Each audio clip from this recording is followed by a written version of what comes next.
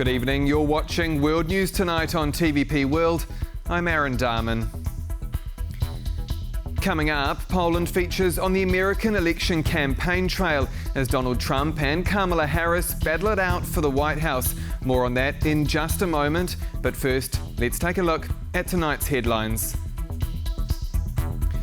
A diplomatic offensive in Ukraine as the US and British foreign ministers and other high-flying leaders arrive in Kyiv for talks.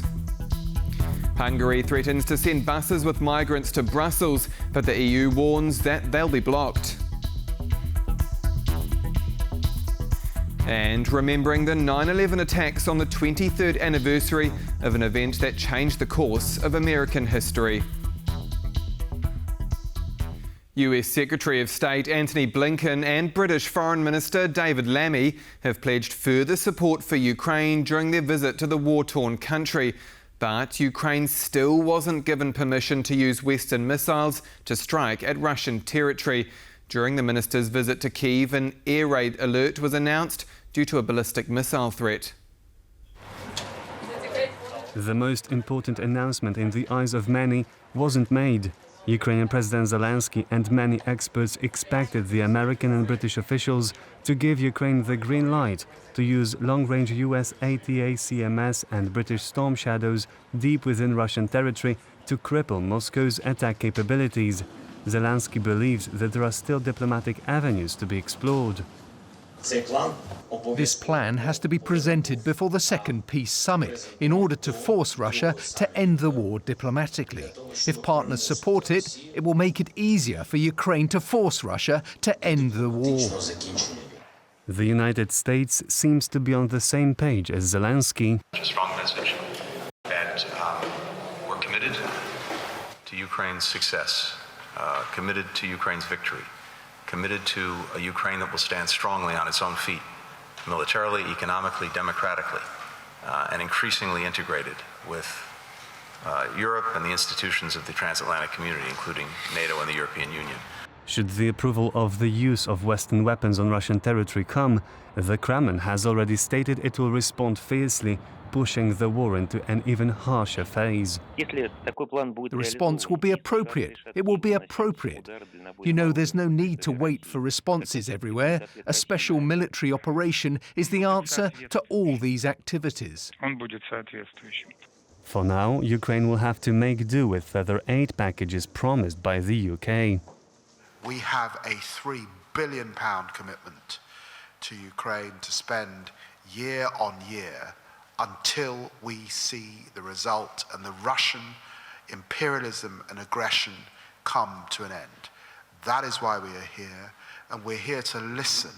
Given the lack of green light for the use of Western long-range missiles against Russian territory, Zelensky has been exhausting diplomatic channels further. Wednesday saw a host of European leaders visiting Kyiv for the Crimea platform, an annual diplomatic come-together geared at reversing Russia's annexation of Crimea in 2014. Lithuanian President Gitanas Nausėda said he begs the formation of an international court for crime of aggression. We also support the creation of the Special International Tribunal to prosecute those responsible for the crime of aggression. Other notable guests at the event include Croatian Prime Minister Andrej Plenković and Latvian Prime Minister Evika Silina. Russia has launched a counteroffensive at Kursk, and according to both Russian and Ukrainian sources, Ukraine may have suffered a major blow to its operation overnight. For more, let's go live now to our correspondent in Kyiv, Oz Chatterjee. Good evening, Oz. So, will Ukraine be forced to withdraw? Good evening. Well, while all eyes are on Kyiv for the news today from Blinken and Lammy's visit, Kyiv obviously did not get the news it was hoping for the long-range missiles. It's also not getting the news it hoped for in the Kursk front at the moment, with Russia having launched a major operation counteroffensive overnight and continuing on into today. Now, when Ukraine went into Kursk, after setting up their area of operations, they blew the bridges over the Siem River. It appears now the Russians have successfully crossed the Siem River and made quite an incursion into that western flank of the Kursk region that Ukrainian forces currently occupy. Now, it's said that it's believed that they may have lost as much as 10% of the areas they were occupying. Now, they were occupying around 100 or more settlements in the Kursk region. So this is a significant setback. We don't know how long this operation could go on for. We don't know how well the Ukrainians are going to be able to stop this, or whether they're going to be able to force to withdraw. What we do know now is that the Russians have launched an offensive. They've secured about 10% or so of the territory that the Ukrainians had occupied, and heavy fighting is ongoing in that region. The Ukrainians will be hoping to hang on to that territory, though. However, it's not Ukrainian land, and if it looks like things are going to be bad, they will withdraw rather than being routed.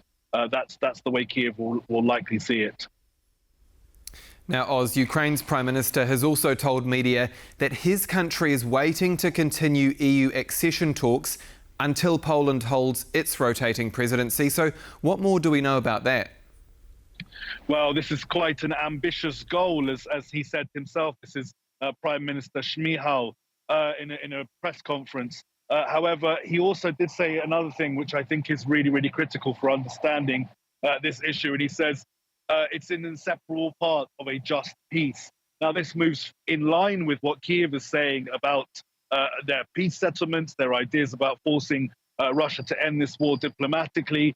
But it's not necessarily in line with the thought in Brussels about accepting and admitting Ukraine while it's undergoing a war.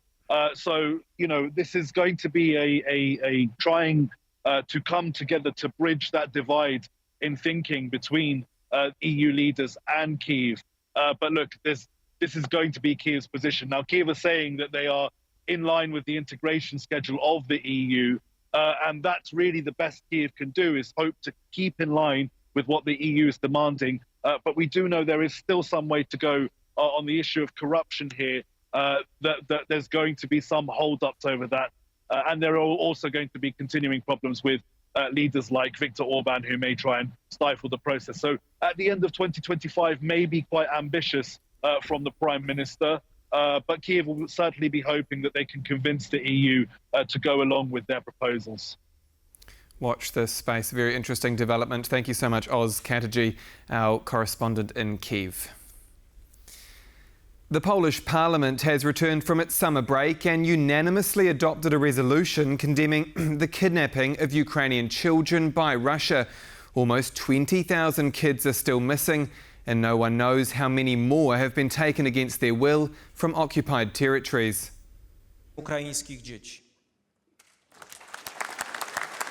When it comes to the issue of Ukrainian children, there are no divisions in the Polish parliament. On Wednesday, all political parties voted for the resolution condemning the kidnapping of young Ukrainians by Russia. By all political forces, from the very far right to the very far left, the entire Polish parliament adopted this resolution condemning Russia for kidnapping kids. It is because of moral duties, to be honest. It is because also of the international regulations which are violated by Russia. The entire political class support Ukraine because the Ukraine right now is fighting also about the safety in Poland, and everybody in this building realizes that.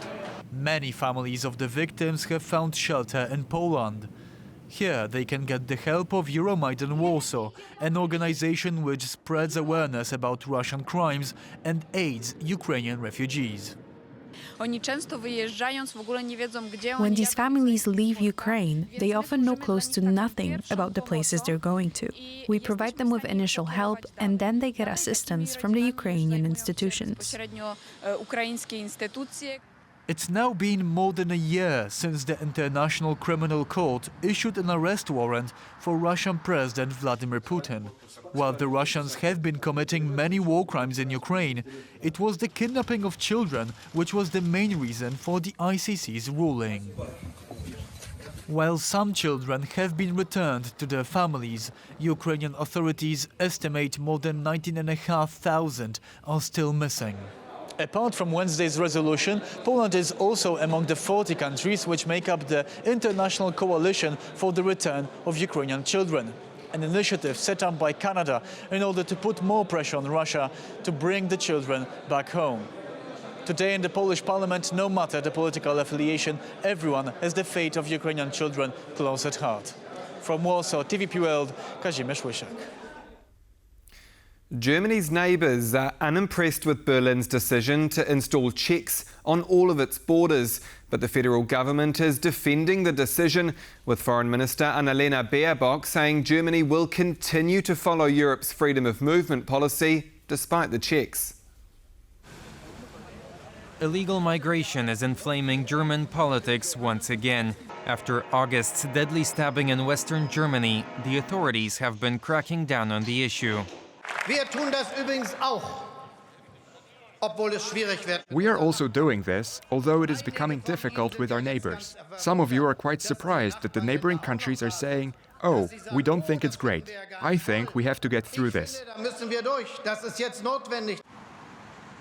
Reinstating checks on all of Germany's borders is Berlin's latest move. They will start on Monday. We have had border controls with the Czech Republic, Poland, Austria and Switzerland since October. Since then, we have already carried out 30,000 deportations.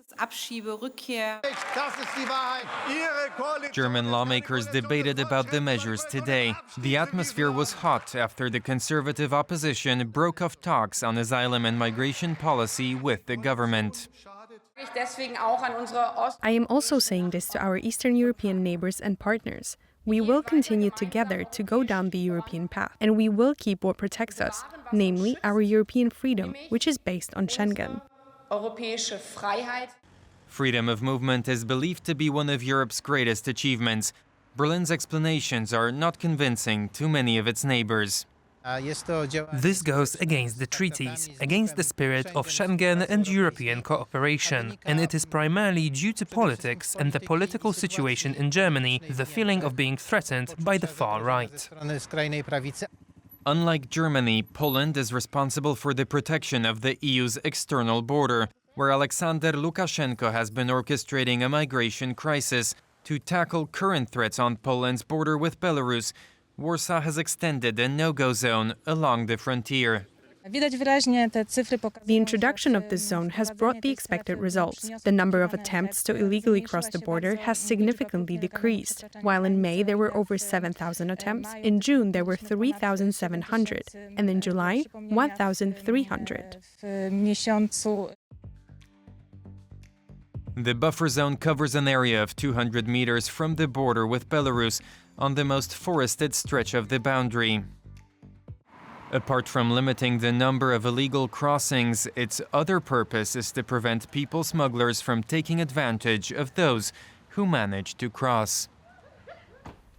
And staying with this story now, Germany may have to explain its actions on the border to the EU executive body and a parliamentary committee, according to some Polish MEPs and European Commission sources. Here's our Brussels correspondent, Sasha Farbach. Germany's decision to include harsher measures on its borders may have the potential to offset a chain reaction across the EU and that Schengen zone. Now, initially, reports now here throughout the day in Brussels indicate that the Commission, although initially refraining from criticism, they have given an official statement earlier today saying very much that member states are allowed to take steps, and I quote, in case of a serious threat, necessary and proportionate, and in terms of only strict exceptional circumstances. But at the same time, speaking to sources within the Commission, there is also another potential in the future that there is appetite for harsher measures against Germany, which could eventually even lead to infringement procedures against Berlin. Right now, we are also observing at this time the implementation of the EU Migration Pact, an asylum pact, and that within has 2 years to be implemented. Now, we're also heard from Parliament as well as there's dismay and concern. We've had actually a Polish MEP from the EPP group called together an extraordinary meeting of Libre. So we're looking at the Committee on Civil Liberties, which will also then potentially meet in the next couple of days to hold Germany to account, and that could add an additional pressure.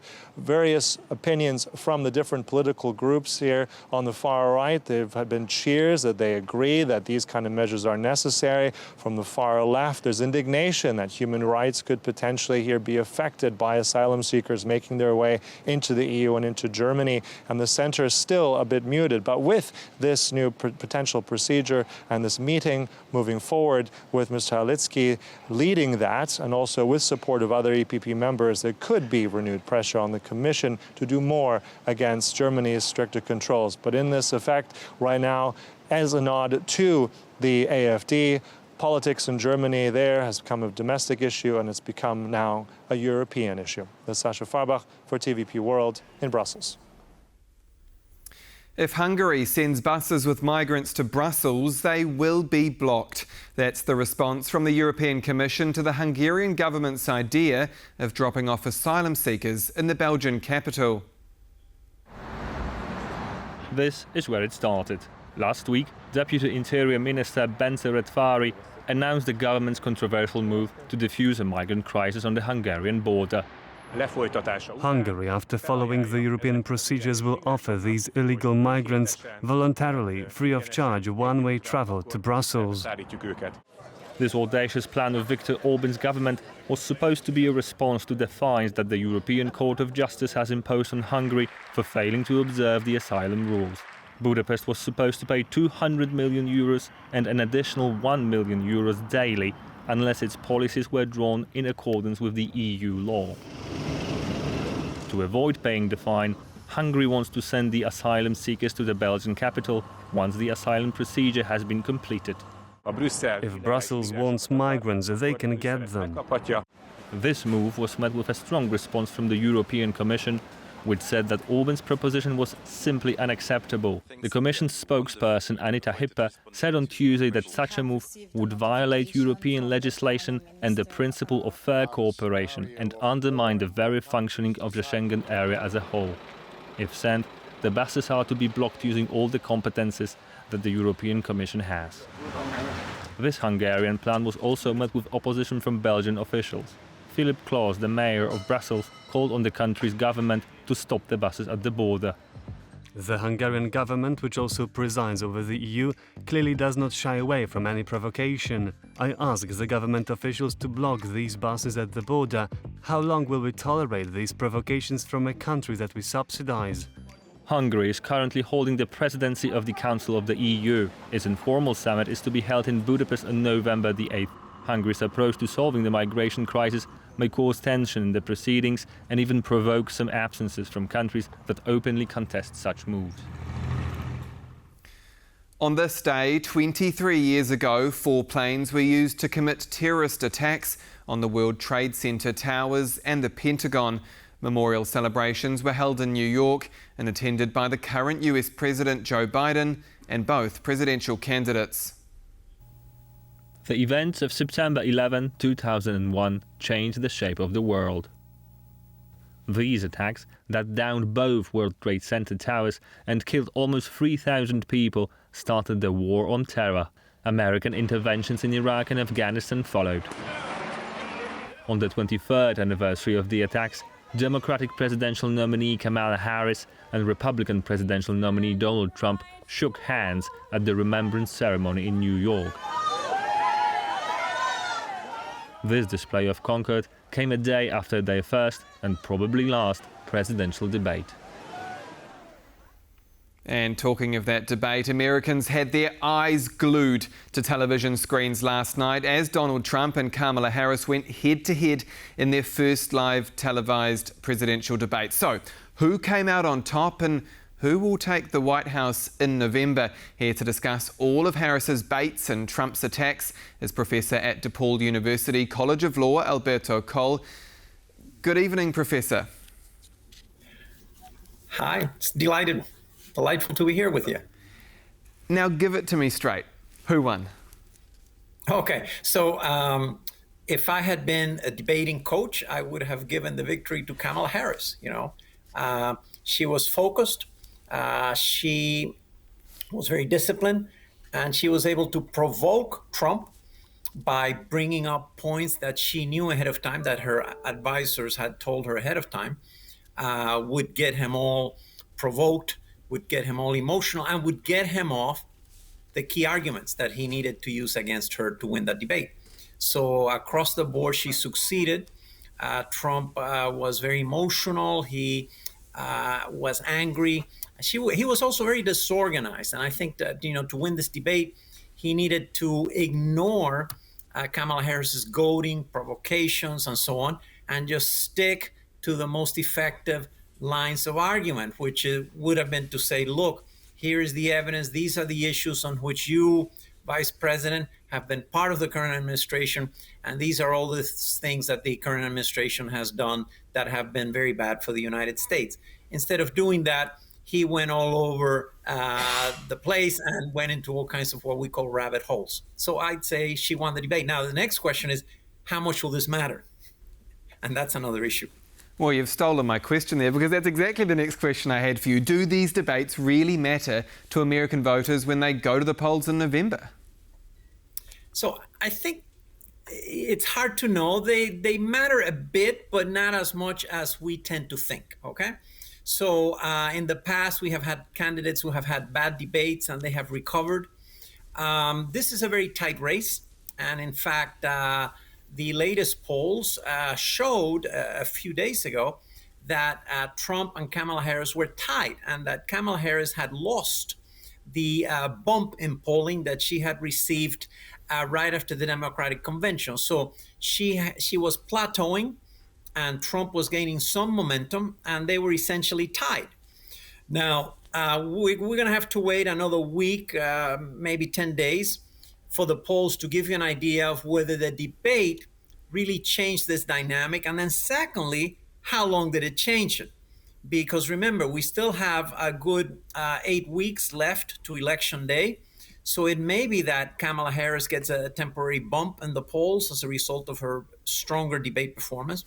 But then if Trump keeps doing what he has been doing in the past 2 weeks, which is trying to stick more to policy, to criticizing Kamala Harris, to tying her to the current administration, because the current administration is very unpopular. So if he can do that, he could then recover some of that ground. But, at the end of the day, it's very hard to predict how this is going to play out. But definitely, the debate helped her, hurt him, and now the next 4 weeks are going to be critical and to see exactly whether Trump can turn things around, recover, and continue going on the attack against her on policy issues that the average middle-of-the-road voter wants to hear more about.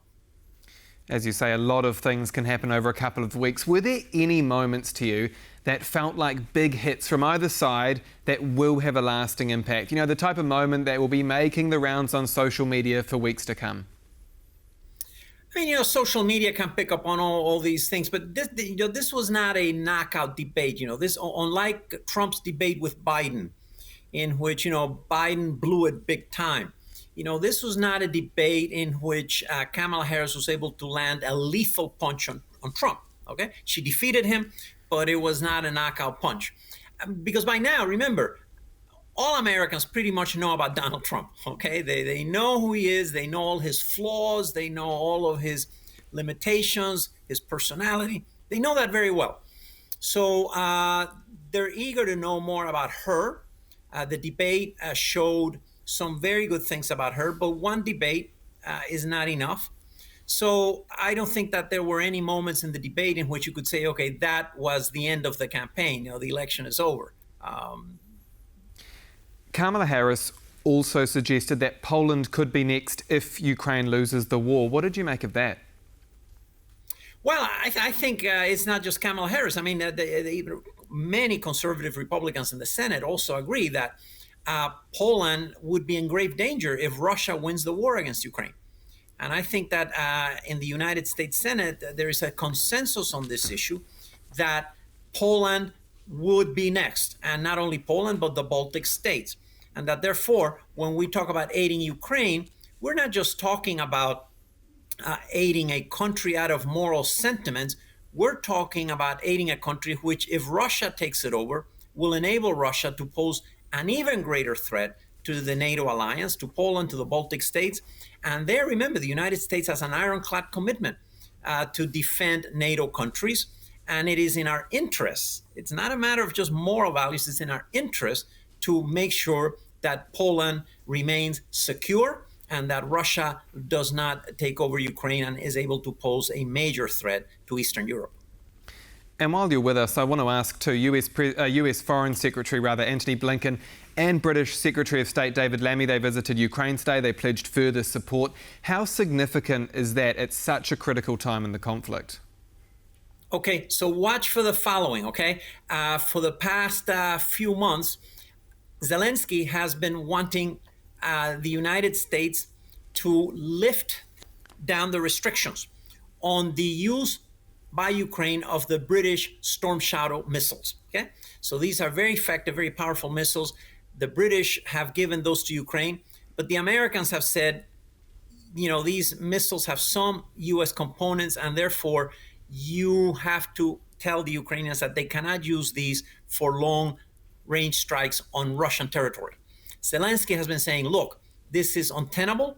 Russia is using long-range strikes against us. We have to defend ourselves. The British agree with the Ukrainians, but they have been trying to now persuade the Biden administration to drop those restrictions.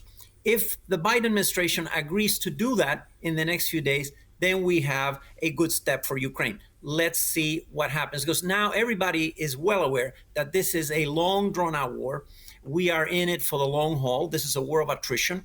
And right now, Russia, however slightly, seems to be winning this conflict because they have endless resources of manpower and weapons to throw at the Ukrainians. So the Ukrainians have to figure out a way to hit the Russians hard, to hurt them. And the only way to do that is with long-range strike weapons, but they need permission from the West, which is their supplier of these long-range strike weapons. Alberto Cole, Professor at DePaul University College of Law. Thank you again for your time. I'm delighted. Thank you. Have a great night. And that's World News tonight. Do stay with us here on TVP World. I'm Aaron Darman. Good night.